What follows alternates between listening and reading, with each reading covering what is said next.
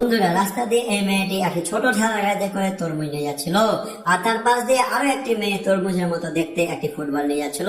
তখন সেই মেয়েটি তার তরমুজটিকে নিয়ে জামার ভিতরে ঢুকে নেয় এবং তার হাতে থাকা বলটি একটি ক্যারি ব্যাগে রেখে দেয়। ওইদিকে ওই মেয়েটি দেখতে পায় তার ঠেলা গাড়িতে তরমুজ নেই। তখন সে দেখে যে তার এই মেয়েটি তার তরমুজটিকে নিয়ে নিয়েছে। তখন সে মেয়েটির কাছ